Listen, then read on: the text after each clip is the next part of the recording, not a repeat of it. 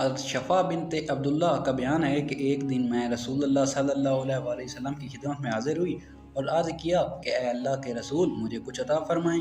نبی کریم نے معذرت کی کہ اس وقت میرے پاس دینے کے لیے کچھ نہیں ہے، مگر میں بار بار اصرار کرتی رہی۔ اتنے میں اذان ہو گئی، نبی کریم اٹھ کر مسجد میں چلے گئے اور میں قریب ہی اپنی بیٹی کے گھر چلی گئی۔ کیا دیکھتی ہوں کہ میری بیٹی کے میاں حضرت شرجیل گھر میں صرف تہمت باندھے ننگے بدن بیٹھے ہیں۔ میں نے ان کو ڈانٹا کہ اذان ہو چکی ہے اور تم ابھی تک گھر میں بیٹھے ہو۔ وہ بولے اماں جان آپ ناراض نہ ہوں، میرے پاس کوئی کپڑا نہیں ہے جو میں پہن کر باجماعت نماز ادا کرنے مسجد میں جاؤں۔